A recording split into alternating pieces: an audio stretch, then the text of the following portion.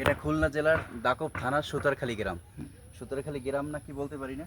এই যে রাস্তার কি একটা অবস্থা, এদিকে দৃষ্টি যত দূর যায় ততটুকুই মানে পুরোটা কাদা, এদিকে যা যায় তাও কাদা। শুনেছিলাম যে আমাদের 5 নং আয়লা পাতাকা ডিভিশনের রাস্তার অবস্থা খুব খারাপ। হ্যাঁ, খারাপ অবশ্যই, সেটা বলবো, কিন্তু এখানের অবস্থা আরও খারাপ।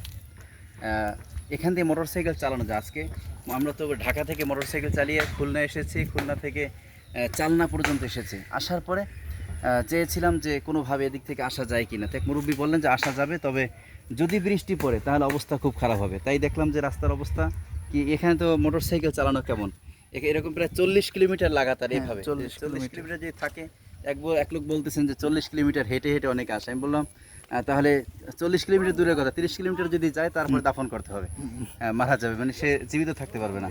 এই হলো অবস্থা। এপারে হলো এই যে সুন্দরবন। সুন্দরবন আমরা গিয়েছিলাম, এই যে এই ট্রলারটা আমাদের, আমরা কোন ট্রলারটা, এই ট্রলার, হ্যাঁ এই যে ট্রলারটা দেখা যাচ্ছে, হ্যাঁ এই ট্রলারে আমরা এসেছি। আমরা ভাড়া করে গিয়েছিলাম সরাসরি। ওখানে ভিতরে ঢুকেছি, বানর দেখেছিলাম, আর কিছু হরিণের পায়ের ছাপ দেখা গেছে। তো ওখানে এই আমরা ধারণা করেছিলাম বাঘের ছাপ কিনা, ওই মাঝি ভাই বললেন যে না, একটা পায়ের ছাপ। আমরা দুইজনই গিয়েছিলাম ভিতরে, তো আতঙ্কের একটা বিষয়। তো রাতে ইনশাল্লাহ আমরা এখানেই থাকবো। আমরা এই বাড়িতে মধু সংগ্রহের জন্য। দেখেন, একদিকে হয়েছে সুন্দরবন আর একদিকে হয়েছে আমরা আজকে রাত্রে থাকবো। যদি কোনো বাঘ সাক্ষাৎ করতে চায় আসতে পারবে।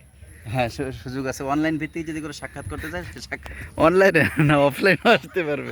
অফলাইনে আসার সুযোগ আছে।